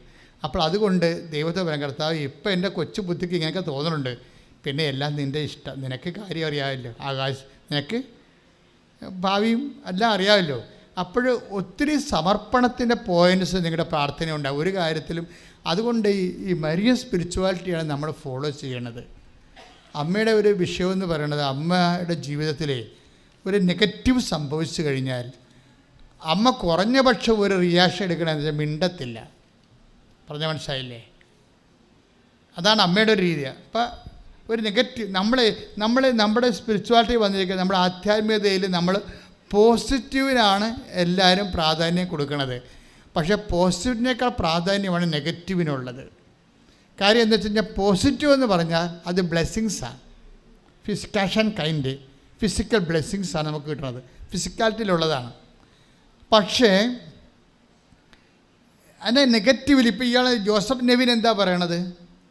അയാൾ പറയണത്, ഞാൻ പരീക്ഷയ്ക്ക് തോറ്റു, പക്ഷേ എനിക്ക് ഗ്രേസ് ഫീൽ ചെയ്തെന്നാണ്. അതിന് അഭിഷേകം എന്നാണ് പറയണത്, അനുഗ്രഹമല്ല. അഭിഷേകം എന്ന് പറയണത് പ്രസൻസ് ഓഫ് ഗോഡാണ്, മറ്റത് ഇഫക്റ്റ് ഓഫ് പ്രസൻസാണ്. തമ്മിൽ വ്യത്യാസമുണ്ട്. ബ്ലെസ്സിങ്സ് എന്ന് പറഞ്ഞാൽ ഇഫക്റ്റ് ഓഫ് പ്രസൻസാണ്. ഇപ്പം നിങ്ങൾക്ക് കാറ്റ് അടിക്കുന്നുണ്ടല്ലേ, അതെന്താണ്? കറണ്ടിൻ്റെ ഇഫക്റ്റാണ്. മനസ്സിലായില്ലേ? കറണ്ട് അടിച്ചാൽ നിങ്ങൾ ചത്തുപോകും, കാറ്റടിച്ചാൽ നിങ്ങൾ ചത്തുപോകത്തില്ല. സിമ്പിളല്ലേ? അതെന്ന് വെച്ചാൽ കറണ്ട് കൃപയും അനുഗ്രഹം, അതുപോലെ തന്നെ ബ്ലെസ്സിങ്സ്, അതിൻ്റെ ഇഫക്റ്റും അതായത് നമ്മൾക്ക് ലഭിക്കുന്ന കൃപ ലഭിച്ചാൽ അഭിഷേകമാണ് ഉണ്ടാകുന്നത്. അനുഗ്രഹം എന്ന് പറയുന്നത് ഭൗതികമായ ആനുകൂല്യങ്ങളാണ്, ഫിസിക്കൽ ബ്ലെസ്സിങ്സ്. ഈ പലപ്പോഴും നെഗറ്റീവ് ഫിസിക്കൽ ബ്ലെസ്സിങ്സ് കിട്ടാത്തപ്പോൾ ദൈവം ഒന്നും തരാതിരിക്കുന്നില്ലെന്നാണ് ഞാൻ പറഞ്ഞതിൻ്റെ അർത്ഥം. മനസ്സിലായ? ഇപ്പം നിങ്ങളുടെ ഒരു കല്യാണം മനസ്സമ്മതം കഴിഞ്ഞതാണ്. പക്ഷേ മനസ്സമ്മതം കഴിഞ്ഞാൽ അറിയണത് നമുക്ക് പറ്റിയ കക്ഷിയല്ലെന്ന് പറയുമ്പോൾ ആ കല്യാണം വിട്ടു പോകുമ്പോൾ നിങ്ങൾ ഭക്ഷണം കഴിക്കത്തില്ല. ചില പെൺപിള്ളേർ കണ്ടില്ലേ, അവിടെ കട്ടിലെ പോയി പോലെ ഈ തേരട്ട പോലെ കിടക്കും, വിളിച്ചാൽ നിൽക്കത്തില്ല. അതുപോലെ തന്നെ അവരുടെ അഭ്യാസം കാണിക്കും അവിടെ. കാര്യം അവൾക്കറിയാം, അവൾക്ക് ചമ്മലാണ് ഭയങ്കര. അവൾക്ക് എന്തോ സൗന്ദര്യം കുറഞ്ഞിട്ട് കല്യാണം പോയെന്ന് പറഞ്ഞാൽ അവിടെ ഇരിക്കണത്. അത് വീട്ടുകാർ ആഘോഷിക്കാതിരിക്കാൻ വേണ്ടി അവൾ തേരട്ട പോലെ ചുരണ്ട് കിടക്കുകയാണ്. എന്നിട്ട് ഇനി അവളെ പൊക്കിയെടുക്കുമ്പോൾ നമ്മൾ കാരണമാണ് കല്യാണം പോയെന്നുള്ളത്. ആ സംഭവം നമ്മുടെ ഗോൾഡിൽ ആ പോസ്റ്റ് അടിക്കാൻ വേണ്ടിയാണ് അവളെ കിടപ്പ് കിടക്കുന്നത്. ഒരു തന്ത്രമാണ്. ഇങ്ങനെയൊക്കെ ഒന്നിറങ്ങിയാൽ നേരം വിളിക്കത്തില്ല. നിങ്ങൾ സ്പിരിച്വാലിറ്റി ഓപ്പൺ ടു ദി സ്പിരിറ്റാണ്. നിങ്ങൾ തുറന്ന കാര്യത്തിൽ ഇതിനകത്ത് ഇങ്ങനെയുള്ള അഭ്യാസങ്ങളൊന്നും കാണിക്കാതെ ഒരു മനസ്സ് തുറന്ന രീതി ദൈവത്തെ സമീപിക്കണം. ദൈവമേ, this is the fact, I accept in the name of Jesus. ഇതാണ് എനിക്ക് സംഭവിച്ചിരിക്കുന്നത്. അത് നിൻ്റെ നാമത്തെ ഞാൻ അക്സെപ്റ്റ് ചെയ്തു. പ്രാർത്ഥിക്കുക. കർത്താവായ ദൈവമേ, അങ്ങ് വിളമ്പി തരുന്നത് എന്തായാലും കയ്പായാലും മധുരമായാലും സന്തോഷത്തോടെ സ്വീകരിക്കാൻ ഞാൻ ആഗ്രഹിക്കുന്നത് അത് വിളമ്പി തരുന്നത് അങ്ങ് ആയതുകൊണ്ടാണ്. അപ്പൊ എന്റെ വിഷയത്തെക്കാൾ വലുതാണ് എനിക്ക് നിന്റെ സാന്നിധ്യം. കൈയടിച്ച് കർത്താവിനെ സ്തുതിക്കട്ടെ. ഹല്ലേലൂയ, ഹല്ലേലൂയ, ഹല്ലേലൂയ. യേശുവേ നന്ദി, യേശുവേ സ്തുതി, ഹല്ലേലൂയ, ആരാധന, മഹത്വം, ആത്മത്തിനില്ലായ്മയും എന്റെ അകതാരിൻ വല്ലായ്മയും എന്റെ ആത്മത്തിനില്ലായ്മയും എന്റെ അകതാരിൻ വല്ലായ്മയും സർവ്വയേശുവേ മറന്നെന്നിൽ വാഴാൻ നിന്നാഗമം എന്തു ഭാഗ്യമേ. സർവ്വയേശുവേ മറന്നെന്നിൽ വാഴാൻ നിന്നാഗമം എന്തു ഭാഗ്യമേ. കുമ്പിടുന്നു ഞങ്ങളിതാ ദിവ്യനായക സവിധേ. കുമ്പിടുന്നു ഞങ്ങളിതാ ദിവ്യനായക സവിധേ. പരിശുദ്ധ പരമദിവ്യകാരുണ്യത്തിന് നേരവും ആരാധനയും സ്തുതിയും പുകഴ്ചയും പരിശുദ്ധ പരമദിവ്യകാരുണ്യത്തിന് നേരവും ആരാധനയും സ്തുതിയും പുകഴ്ചയും ഉണ്ടായിരിക്കട്ടെ. ഇപ്പോഴെന്താണ് ജോസഫിന് ഇവനെക്കുറിച്ച് പറയണത്? ആ പരീക്ഷയുടെ പരാജയത്തിൻ്റെ പൊള്ളല് അയാൾക്കത് ഫീൽ ചെയ്തിരുന്നില്ലെന്നല്ല അർത്ഥം. നമ്മുടെ കുഴപ്പം എന്താ? നമുക്ക് പൊള്ളൽ ഫീൽ ചെയ്യുന്നുണ്ട്. മനസ്സിലായ? അപ്പം അതാണ് ഈ ജഡം മനുഷ്യനെന്ന് പൗലോസ് പറയണത്. ജഡം കർത്താവും അഡ്രസ്സ് ചെയ്യുന്നൊരു വിഷയമാണ്. ആത്മാവാണ് ജീവൻ നൽകുന്നത്, ജഡം ഒന്നിനും ഉപകരിക്കുന്നില്ല. അതാണ് കർത്താവ് ജഡത്തെക്കുറിച്ചുള്ള അസസ്മെൻ്റ്. അതാണ്. അപ്പം ജഡത്തോട് ബന്ധപ്പെട്ട എന്തെങ്കിലും പരാജയങ്ങൾ സംഭവിച്ചാൽ അത് പരാജയമായിട്ട് കരുതരുത്. പ്രാർത്ഥിക്കുക. കർത്താവായ ദൈവമേ, കർത്താവായ ദൈവമേ, എൻ്റെ ശരീരമായി അടിസ്ഥാനപ്പെടുത്തി എന്തെങ്കിലും ന്യൂനതകൾ സംഭവിച്ചാൽ, ഒരു പരാജയം സംഭവിച്ചാൽ, പരാജയമായി തോന്നാത്ത വിധത്തിലെ കർത്താവിന്റെ അഭിഷേകം നൽകണമേ. പരിശുദ്ധ പരമ ദിവ്യകാരുണ്യത്തിന് നേരവും ആരാധനയും സ്തുതിയും പുകഴ്ചയും ഉണ്ടായിരിക്കട്ടെ. അപ്പോഴേ എന്താ പ്രശ്നം വെച്ചാൽ ഇതിൻ്റെ ആവിയും പൊള്ളലും നെഗറ്റീവ്സിനെ കുറിച്ച് ഞാനിപ്പോൾ സംസാരിക്കുന്നത്. കല്യാണം നഷ്ടപ്പെട്ടു പോവുക, അല്ലെങ്കിൽ ഒരു വസ്തു എടുക്കാമെന്ന് പറഞ്ഞു, അവർ നമുക്ക് അഡ്വാൻസ് തന്നതാണ്. പക്ഷെ സമയമായപ്പോൾ ഇപ്പോൾ ഡേറ്റ് മാറ്റി അവർക്ക് വേണ്ട, നിങ്ങൾ അത് മറിച്ച് കൊടുത്തോ, ഞങ്ങൾ തന്ന കാശ് വല്ലപ്പോഴും തന്നേച്ചാൽ മതി എന്ന് പറഞ്ഞ് അവർ സ്കൂട്ടായി പോവുകയാണ്. അവർ കാശില്ലാത്തത് കൊണ്ടാണ്. പക്ഷേ നമ്മളെന്താ നമുക്ക് പറ്റിയിരിക്കണത് ഈ 50 ലക്ഷം കിട്ടിയിട്ട് നമ്മൾ 50 പേരോട് പറഞ്ഞിട്ടുണ്ട്, അഡ്വാൻസ് തന്നിട്ടുണ്ട്, ഇത്താം തീയതി പ്രമാണമാണ്, കാശ് കിട്ടിയ ഉടനെ തരാമെന്ന്. ഇപ്പോൾ അവന്മാരെല്ലാം ഇങ്ങനെ പാമ്പ് കൊത്താമണ്ണ പോലെ നമ്മൾ കൊത്താൻ വരും. This is our situation. അതാണ് സിറ്റുവേഷൻ. ഈ സിറ്റുവേഷൻ എല്ലാം കവർ ചെയ്തുകൊണ്ടാണ് ബൈബിൾ ഡിസൈൻ ചെയ്തിരിക്കുന്നത്. ഈ പരാജയങ്ങളോ ആകസ്മികമായി ഉണ്ടാകുന്ന തകർച്ചകളോ എല്ലാം അഡ്രസ്സ് ചെയ്തുകൊണ്ടാണ് ബൈബിൾ മുന്നോട്ട് പോകുന്നത്. അതാണ് നീ അഗ്നിയിലൂടെ നടക്കത്തില്ലെന്ന് പറഞ്ഞോ ഇല്ലല്ലോ. ഐസയ 43:2 വായിച്ച് ശ്രുതികട ഹല്ലേലൂയ.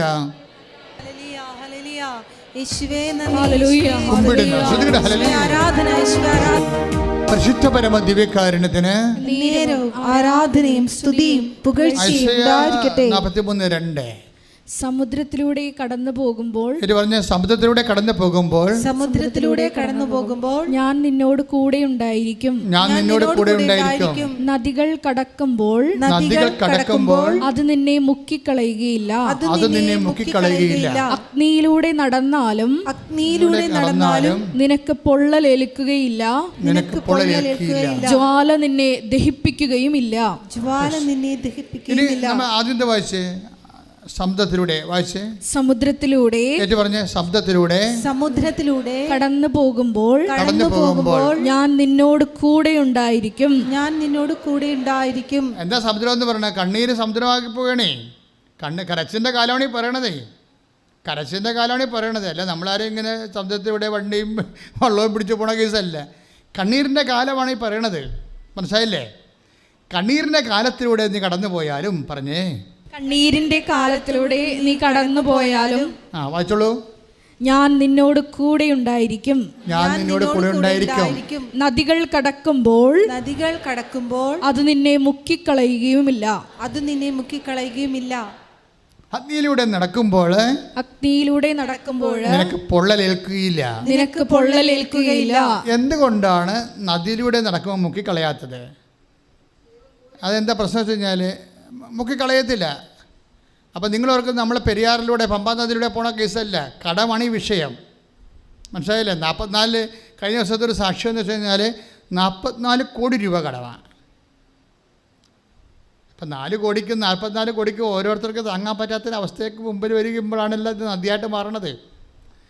അപ്പം 44 കോടി രൂപ കടമാണ്. ആ സാക്ഷ്യം യൂട്യൂബിലുണ്ട്. എന്ത് സംബന്ധിച്ച കൊറോണ വന്നപ്പോൾ അവിടെ കമ്പനിയുടെ അടച്ചുപൂട്ടില്ലേ അല്ലേ? അടച്ചുപൂട്ടിയോട് കൂടി പിന്നെ ലോണൊക്കെ എടുത്തപ്പോൾ കൂടിപ്പോയില്ലേ, പലിശ കൂടിയില്ലേ. ബാങ്കുകാരൻ ഇപ്പോഴും നമുക്ക് ഒന്നും വകവെച്ച് തരണില്ലല്ലോ. സർക്കാർ തരാമെന്ന് പറഞ്ഞാൽ സർക്കാർ ബാങ്കിൽ ചെല്ലുമ്പോൾ ബാങ്കുകാർ പറയും സർക്കാർ ഇപ്പോൾ തരാമെന്ന് പറഞ്ഞ കേസ് പൈസ തന്നിട്ടില്ലെന്ന് പറയും. അതുപോലെ നിങ്ങൾക്ക് ലോൺ തരാൻ പറ്റത്തില്ലെന്ന് പറയും. എല്ലായിടത്തും ഇല്ല എന്നല്ല പറയണത്, എല്ലാം ചെയ്യുന്നത്. ഇപ്പം നിങ്ങൾ സർക്കാർ തരാമെന്ന് പറഞ്ഞ കൊറോണ വിഹിതമായിട്ട് തരാമെന്ന് പറഞ്ഞ പൈസ അടച്ചിട്ടില്ല. അവിടെ എന്താണ് ഇല്ല എന്നല്ല പറയണത്, ഇല്ല അല്ലേ? അതുകൊണ്ട് നിങ്ങൾക്ക് പൈസ തരാൻ ലോൺ തരാൻ പറ്റത്തില്ല. ഈ ഇല്ല അഡ്രസ്സ് ചെയ്തുകൊണ്ടാണ് പുതിയ നിയമം തുടങ്ങണത്. അവർക്ക് വീഞ്ഞില്ല എന്ന് പറഞ്ഞാൽ ഇല്ലയാണേ, ആ പുരാതനമായ ഇല്ലേ. ഇന്ന് ആധുനികമായ ഇല്ലയിലേക്ക് പ്രവേശിക്കുന്നത് എല്ലാം ഇല്ല തന്നെ വിഷയം. ഒരു ഇല്ല എന്ന് പറഞ്ഞു കഴിഞ്ഞാൽ പിന്നെ അതിൻ്റെ അർത്ഥം ദൈവത്തെ അവിടെ ഇടപെടുത്തണമെന്ന് മാത്രമേ ഉള്ളൂ. ദൈവത്തെ ഇടപെടുത്താൻ പറ്റിയ കറക്റ്റ് ഫോർമുലയാണ് അമ്മ പറയണത്. എന്താണ്? ദൈവത്തെ ഇങ്ങനെ വിളിച്ചപേക്ഷിച്ച് ഇടപെടാൻ പറ്റുന്ന കേസല്ല. പിന്നെന്താണ്? അവൻ പറയണ പോലെ ചെയ്യണം. അതാണ് ഉടമ്പടി. കൈയടിച്ച് കർത്താൻ ഹല്ലേലൂയ. ഞങ്ങളുടെ ജീവിതത്തിൽ പ്രതിസന്ധികൾ വരുമ്പോൾ അവൻ പറയുന്നത് പോലെ ചെയ്തുകൊണ്ട് ഞങ്ങളെ സാക്ഷികളായി ഉയർത്തണമേ എന്ന് പ്രാർത്ഥിക്കുന്നു. പക്ഷെ കണ്ണീരിന്റെ കാലത്ത് നിന്നെ ചേർത്ത് നിർത്തുന്ന ദൈവമാണ് നിന്റെ ദൈവം. കൈയിട്ടിച്ച് കർത്താൻ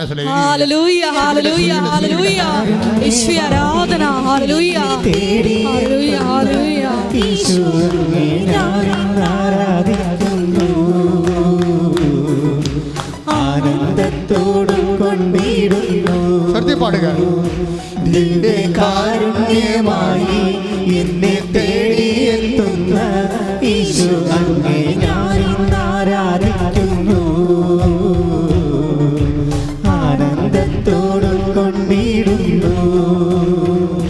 പരമദിവ്യകാരുണ്യത്തിന് നേരവും ആരാധനയും സ്തുതിയും പുകഴ്ചയും ഉണ്ടായിരിക്കട്ടെ. അപ്പം കണ്ണീരിൻ്റെ കാലത്ത് നമുക്കിപ്പോൾ ആ ചേട്ടൻ പറഞ്ഞില്ലേ, നെവിൻ ജോസഫ് എന്താ പറയണത്? എൻ്റെ കണ്ണീരിൻ്റെ കാലമാണ്, ഞാൻ പരീക്ഷയ്ക്ക് തോറ്റു, എനിക്ക് പൊള്ളൽ അനുഭവിച്ചു, പക്ഷേ എനിക്കത് ഫീൽ ചെയ്യുന്നില്ല. ദാറ്റ് മീൻസ് എന്താ കാരണം? നീയിലൂടെ നടക്കും, അല്ലെ സമുദ്രത്തിലൂടെ നടക്കും. കാര്യം എന്താണ്? സമുദ്രം നിന്നെ മുക്കിക്കളയത്തില്ല. കാര്യം എന്താണ്? ഞാൻ നിന്നോട് കൂടെ ഉണ്ടായിരിക്കും. That's a presence of God. മനസ്സിലായില്ലേ?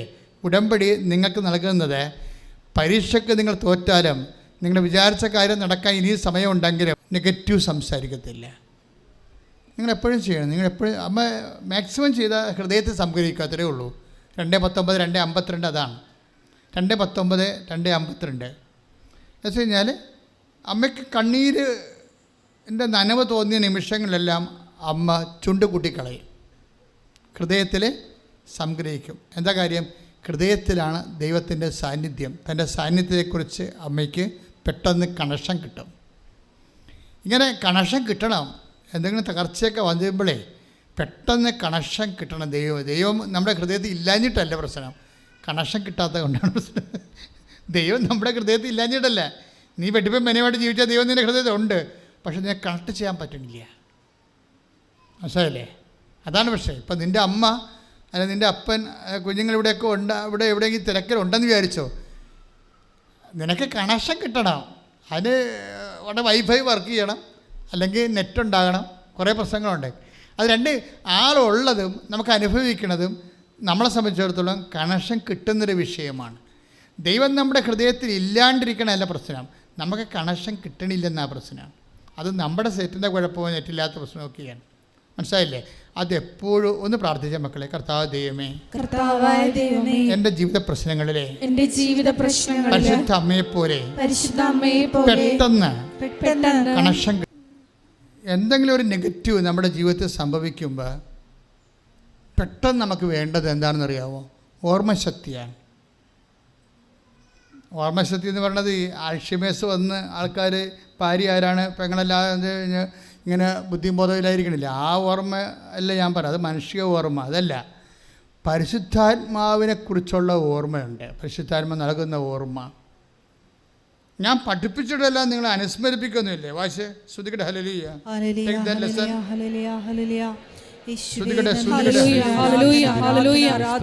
യോഹന്നാൻ 14:26 വായിച്ചോളൂ. എന്റെ നാമത്തിൽ പിതാവ് അയക്കുന്ന സഹായകനായ പരിശുദ്ധാത്മാവ് എല്ലാ കാര്യങ്ങളും നിങ്ങളെ പഠിപ്പിക്കുകയും ഞാൻ നിങ്ങളോട് പറഞ്ഞിട്ടുള്ളതെല്ലാം നിങ്ങളെ അനുസ്മരിപ്പിക്കുകയും ചെയ്യും. അനുസ്മരിപ്പിക്കുക എന്നാണ് പറയണത്. ആധ്യാത്മിക ജീവിതത്തിൻ്റെ പ്രധാനപ്പെട്ട വിഷയമാണ്. അതായത് ഇപ്പം തന്നെ നമ്മളൊരു പ്രത്യേക ഒരു പ്രതിസന്ധി കൂടി കടന്നു പോവുകയാണ്. കഴിഞ്ഞ ദിവസം ഒരു സാക്ഷ്യം ഉണ്ടായി. ഇടയ്ക്ക് ഞാൻ അത് പറഞ്ഞാണ് പ്രസംഗത്തിൽ. എന്നാൽ ഞാൻ ഇപ്പോൾ ഓർത്തുകൊണ്ട് ഈ അനുസ്മരിപ്പിക്കുന്നതിന് ഉദാഹരണം പറയാം. ഇവളുടെ പാസ്പോർട്ട് റിജക്റ്റായിപ്പോയി. അപ്പോൾ പുതിയ പാസ്പോർട്ട് വേണം, പ്രോസസ്സിങ്ങിന് ഇരിക്കുകയാണ്. ആ സമയത്താണ് പാസ്പോർട്ടിൽ മിസ്റ്റേക്ക് കണ്ടെത്തിയിട്ട് ഫോറിൻ രാജ്യത്ത് നിന്ന് പാസ്പോർട്ട് റിജക്റ്റ് ചെയ്തിട്ടുണ്ട്. അപ്പോൾ ഇന്ത്യൻ എംബസി ചെന്ന് പാസ്പോർട്ട് ഓഫീസിൽ ചെന്ന് പറയുമ്പോൾ ഇത് കള്ളത്തരമാണ്, അങ്ങനെയൊന്നുമില്ല, ഇത് കറക്റ്റാണെന്ന് ഇവർ പറയണം. പക്ഷേ അവർ പറയണത് കറക്റ്റല്ലെന്ന് പറയണം. അപ്പോൾ ഇവളെ എന്ത് ചെയ്യാനാണ്? ഫോറിൻ രാജ്യത്ത് റിജക്റ്റ് ചെയ്ത് ഇന്ത്യക്കാരനെ പാസ്പോർട്ട് ഓഫീസ് അംഗീകരിക്കണമില്ല. ഇവിടെ പാസ്പോർട്ട് ഓഫീസിന് ബാധിക്കുക, വെറുതെ വിഷമിച്ച് നിൽക്കുകയാണ്. പെട്ടെന്ന് പരിശുദ്ധാത്മ പ്രവർത്തിച്ച് പറയും, മുകളിലൊരാളിരിപ്പുണ്ട്, അയാളടുത്ത് ഇത് സംസാരിക്കാൻ പറയും. ഹയർ അതോറിറ്റി ഉണ്ടെന്ന്. അതാണ് ഓർമ്മശക്തി എന്ന് പറയുന്നത്. പെട്ടെന്ന് ആ ക്രൈസിസിനെ നിങ്ങൾക്ക് ഇതില്ലെങ്കിൽ നിങ്ങളെ വീട്ടിൽ പോരേണ്ടി വരും. ആരോട് പറയാനാണ്? എന്തറിയാൻ പാടില്ലാതെ കാര്യം. നമുക്ക് അറിയണതല്ല പ്രശ്നം, അറിയണത് അനുസ്മരിപ്പിച്ച് കിട്ടുന്നതാണ് പ്രശ്നം. പറഞ്ഞ മനസ്സിലായില്ലേ? എല്ലാ കാര്യവും എല്ലാവർക്കും അറിയാവേ, പക്ഷേ തക്ക സമയത്ത് ഓർപ്പിച്ച് കിട്ടത്തില്ല. അതാണ് വിഷയം. എല്ലാ കാര്യവും എല്ലാവർക്കും അറിയാം, പക്ഷേ ഓർമ്മയെന്ന് പറഞ്ഞ മെക്കാനിസം പെട്ടെന്ന് വർക്ക് ചെയ്യത്തില്ല. ഓ ശരി, ഞാനത് ഓർത്തില്ല, ഞാൻ അപ്പം അത് ഓർത്തില്ലെന്ന്. അതാണ് വിഷയം.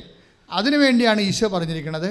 ഇപ്പോൾ 14:26 ഞാൻ പഠിപ്പിച്ചിട്ടുള്ളതെല്ലാം നിങ്ങളെ അനുസ്മരിപ്പിക്കും. പ്രാർത്ഥിച്ച്. കർത്താവായ ദൈവമേ, കർത്താവായ ദൈവമേ, അങ്ങയുടെ പരിശുദ്ധാത്മാവിനാൽ അങ്ങയുടെ പരിശുദ്ധാത്മാവിനാൽ എൻ്റെ മിസ്സിംഗ് ടൈമിലെ എന്നെ ഓർപ്പിച്ചു തരാൻ എന്നെ വിശേഷ വിധിയായി അഭിഷേകം ചെയ്യണമേ.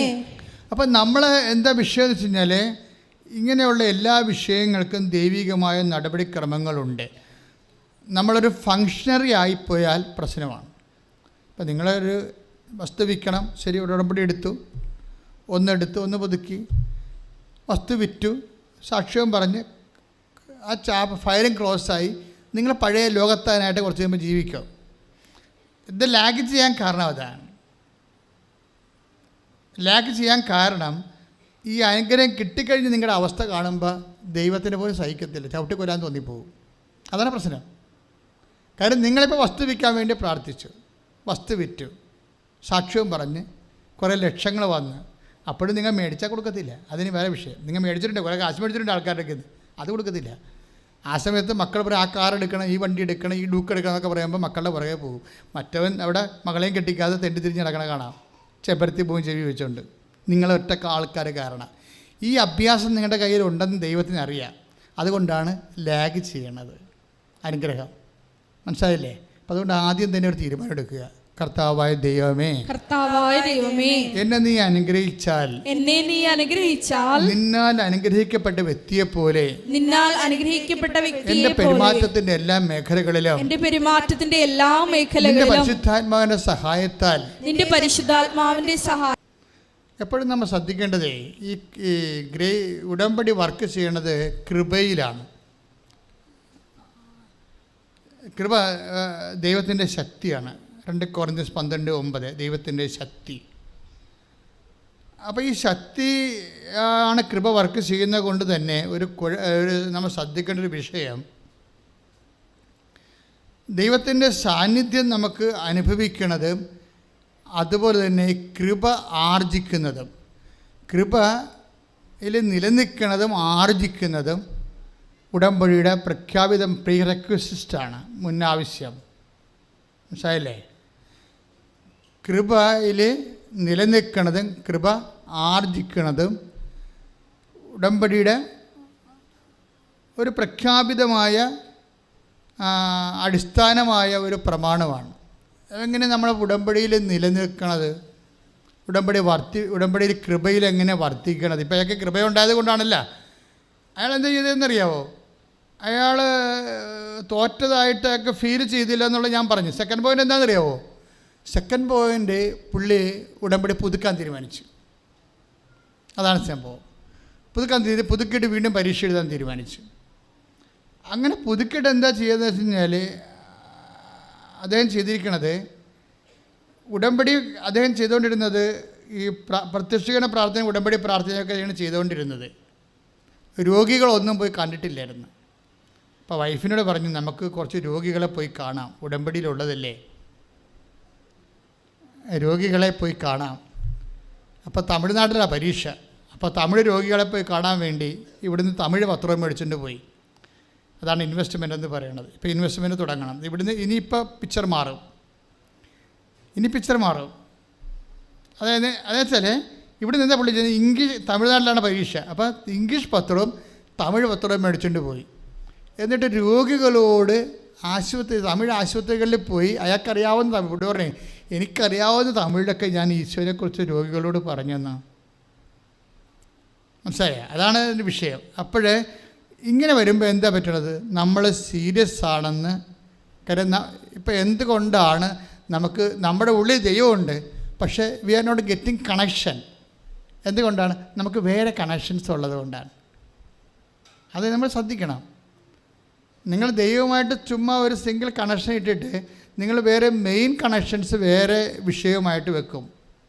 കഴിഞ്ഞ ദിവസം ഞാൻ എപ്പോഴും പറയുന്ന ഒരു കാര്യം, അയാൾ എൻ്റെ കൈക്കാരനാണ് പള്ളിയിൽ. ഞാൻ ഇടവക വികാരിയാടുന്ന സമയത്ത് ഒരു പള്ളിയിൽ ഇരിക്കുമ്പോൾ അയാളെ കൈക്കാരനാണ്. അപ്പോൾ ഒരു ഞായറാഴ്ച അയാളെ കണ്ടില്ല. കാര്യം അയാളെ ഈ വിവാഹനിധിയും കാര്യങ്ങളൊക്കെ പിരിക്കുകയും കണക്ക് തരികയൊക്കെ ചെയ്യണത്. പുള്ളിയെ കണ്ടില്ല, അപ്പോൾ അതിന് വേറെ ഒരാളെ വെച്ചിട്ടുണ്ട്. അപ്പോൾ ഞാൻ പിറ്റേ ദിവസം ചോദിച്ചു, ഏയ് ചേട്ടാ ഇന്നലെ പള്ളി വന്നില്ലല്ലേ? അപ്പോൾ പുള്ളി എന്നോട് പറഞ്ഞു, അച്ഛാ ഒരു ജീവിത പ്രശ്നം ഉണ്ടായെന്ന് പറഞ്ഞു.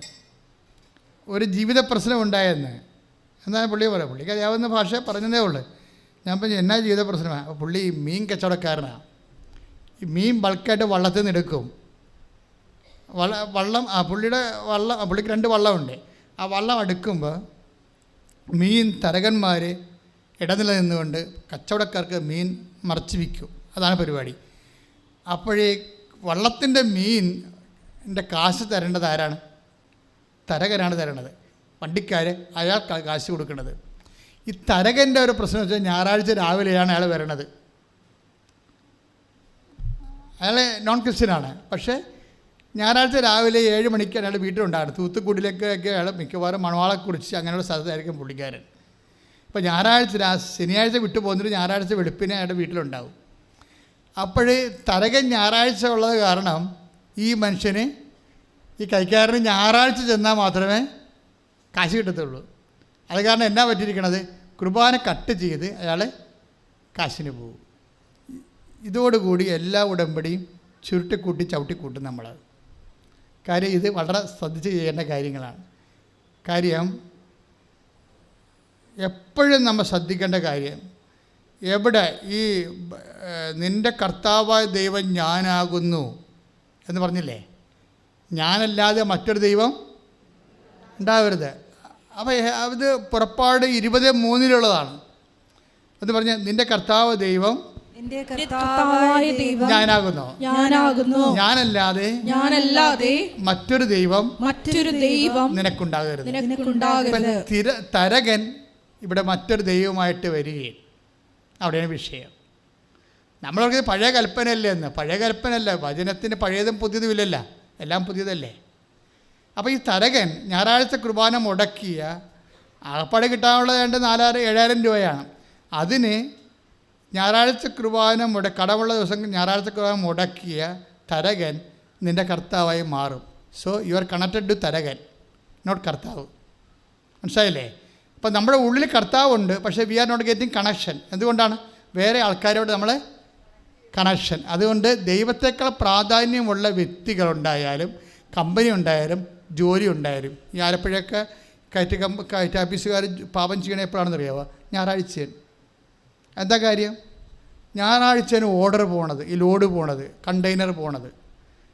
അപ്പോൾ കണ്ടെയ്നർ കൃത്യസമയത്ത് പോകാൻ വേണ്ടി ഇവർ കുർബാന കട്ട് ചെയ്യും. അവിടുത്തെ തൊഴിലാളികളും സാധാരണ തൊഴിലാളികളും മുകളിലുള്ള തൊഴിലാളികളൊക്കെ ഇത് കട്ട് ചെയ്യും. കുറേ നാൾ കട്ട് ചെയ്ത് കഴിയുമ്പോൾ എന്നാ പറ്റുക വെച്ചാൽ, നിങ്ങൾ എന്ത് കുമ്പസാരിച്ചിട്ടും കഥയില്ലാത്ത കാര്യം നിങ്ങളെ ദൈവത്തിന് അറിയാമല്ലോ. കയറ് കാണുമ്പോൾ കർത്താവിനെ മറക്കണ ആളാണെന്ന് കർത്താവിന് അറിയാമല്ലോ. അത് കാരണം നിങ്ങൾ അഭ്യാസം ഒന്നും കാണിച്ചിട്ട് കഥയുമില്ല. ചിലപ്പോൾ ദുഃഖ വെള്ളിയാഴ്ചയൊക്കെ കുരിശിൻ്റെ വഴി എടുത്തോണ്ട് ചിലപ്പോൾ തുണിയിലൊക്കെ നടക്കാൻ വേണ്ടി കേടും നിലയം വിളിച്ചുകൊണ്ട് ഒരു കഥയില്ല. ദൈവത്തിന് അറിയാം നിങ്ങൾ ആരാണെന്ന്. കാര്യം ഇന്നത്തെ പ്രശ്നം, ബൈബിൾ തുടങ്ങുമ്പോൾ തന്നെ ബൈബിൾ പറയുന്ന സംഭവമുണ്ട്, നിങ്ങൾ ആരാണെന്ന് ഞാൻ എപ്പോഴും ശ്രദ്ധിക്കുമെന്ന്. 2:24 യോഹന്നാന്റെ സുവിശേഷം വായിച്ചേ. സ്തുതിക്കട്ടെ ഹല്ലേലൂയ. യോഹന്നാൻ 2:24. യേശുവാകട്ടെ അവരെ വിശ്വസിച്ചില്ല. ഒന്ന് പറഞ്ഞേ, യേശുവാകട്ടെ അവരെ വിശ്വസിച്ചില്ല. എന്താ കാരണം? കാരണം അവൻ അവരെയെല്ലാം അറിഞ്ഞിരുന്നു. പോരെ പണിയായേ. അതായത് നിങ്ങൾ ദൈവത്തിന് പിടികൊടുത്താൽ ഈ മരണം വരെ ദൈവം നിങ്ങളെ വിശ്വസിക്കത്തില്ല, നിങ്ങൾ എന്ത് അഭ്യാസം കാണിച്ചാലും. ചില ആൾക്കാർക്ക് ഉടമ്പടി ലാഗ് ചെയ്യാൻ കാരണം അതാണ്. നിങ്ങളെക്കുറിച്ച് കൃത്യമായി യു ആർ ബ്രാൻഡഡ്. നിങ്ങൾ തക്കങ്ങൾ സായിപ്പിനെ കാണുമ്പോൾ കവാത്ത് മറക്കുന്ന ആളാണെന്ന് ദൈവം ബ്രാൻഡ് ചെയ്ത് വെച്ചിരിക്കുകയും. ഒരു വൈശ്യഭാവം. യോഹന്നാൻ 2:24. യേശുവാകട്ടെ അവരെ വിശ്വസിച്ചില്ല. കാരണം അവൻ അവരെയെല്ലാം അറിഞ്ഞിരുന്നു. അടുത്ത വചനം വായിച്ചേ. മനുഷ്യനെ പറ്റി ആരുടെയും സാക്ഷ്യം അവൻ ആവശ്യമായിരുന്നില്ല. മനുഷ്യനിൽ ഉള്ളത് എന്താണെന്ന് അവൻ വ്യക്തമായി അറിഞ്ഞിരുന്നു. തീർന്നു, പരിപാടി തീർന്നു. കിഡ്നി അടിച്ചു പോയി. കാര്യം എല്ലാ സംഭവവും നമ്മളുടെ എല്ലാ ഫോട്ടോസ്റ്റാറ്റും സ്കാനൊക്കെ ചെയ്ത് നേരത്തെ വെച്ചിരിക്കുക. റിസൾട്ടെല്ലാം നിങ്ങളുടെ കയ്യിലുണ്ട്. അതുകൊണ്ട് നിങ്ങൾ കൃത്യമായിട്ട് ഉടമ്പടി എടുക്കുമ്പോൾ ഈ പഴയ നിങ്ങളുടെ ഫയൽ ചേഞ്ച് ചെയ്യാൻ, ദൈവദർശന ഫയൽ ചേഞ്ച് ചെയ്യാൻ ബോധപൂർവ്വം ശ്രമിക്കണം. അല്ലെങ്കിൽ ഉടമ്പടി ലാഗ് ചെയ്യും. കാരണം നിങ്ങൾ കഴിഞ്ഞ കാലങ്ങളിൽ ഏതെല്ലാം മോഡിലാണ് ദൈവത്തോട് പെരുമാറിയതെന്നൊക്കെ ദൈവത്തിന് അറിയാം. ആ ഒരു രീതി തന്നെയാണ് ഇത് മുന്നോട്ട് പോകേണ്ടത്. ഇത് വർക്കൗട്ട് ചെയ്യത്തില്ല. കാരണം മനുഷ്യരിലുള്ള എന്താണെന്ന് അറിയാമായിരുന്നെന്ന് പറയും. കാര്യം അവസാനം വരുമ്പോഴും ഇപ്പോൾ ഉദാഹരണത്തിന് കൃപ ആർജിക്കാൻ വേണ്ടിയുള്ള ഒരു നടപടിക്രമത്തിൽ ഏറ്റവും പ്രധാനപ്പെട്ടതാണ് ഈ നമ്മുടെ മത്തായിയുടെ സുവിശേഷം 5:3. മത്തായി 5:3 എടുത്തേ. ശ്രുതികടെ ആത്മാവിൽ ദരിദ്രരായവർ ഭാഗ്യവാന്മാർ. ഒന്ന് പറഞ്ഞേ. ആത്മാവിൽ ദരിദ്രരായവർ ഭാഗ്യവാന്മാർ. സ്വർഗരാജ്യം അവരുടേതാണ്. സ്വർഗരാജ്യം അവരുടേതാണ്. ഇവിടെ എന്താ പ്രശ്നം വെച്ച് കഴിഞ്ഞാൽ ഇതും, അതായത് ബൈബിളിലെ നിന്റെ കർത്താവ് ദൈവം ഞാനാകുന്നു എന്ന് പറഞ്ഞത് വാട്ടർമാർക്കായിട്ട് ഇങ്ങനെ വെളിപാട് വരെ കയറി പോയിരിക്കുകയാണ്. ഇടയ്ക്ക് മാറ്റമൊന്നുമില്ല. നിന്റെ കർത്താവ് ആരാണെന്ന് ദൈവം എപ്പോഴും ഇങ്ങനെ നമ്മുടെ ഈ എന്താണ് യുവർ ഇവിടെ ഇവർക്ക് എഴുതി വെച്ചിട്ടില്ലേ, ക്യാമറ സർവൈലൻസിലാണ് നിങ്ങളെ ക്യാമറയുടെ നിരീക്ഷണത്തിലാണ്. അഭ്യാസം കാണിച്ചാൽ അപ്പോൾ പൊക്കുമെന്ന് എൻ്റെ അടുത്ത്. നിൻ്റെ കർത്താവായ ദൈവം ഞാനാകുന്നു. അയാൾക്ക് എന്താണ് തരകനായിപ്പോയി പെട്ടെന്ന് കർത്താവായ ദൈവം ഇല്ലേ? എപ്പോഴും നമ്മൾ ശ്രദ്ധിക്കണം. കർത്താവിൻ്റെ ദിവസത്തേട്ട് തൊടുമ്പോൾ കൈ പൊള്ളിയില്ലെങ്കിൽ അതിൻ്റെ അർത്ഥം നീ മരിച്ചുവെന്നാണ്. പറഞ്ഞ മനസ്സിലായില്ലേ?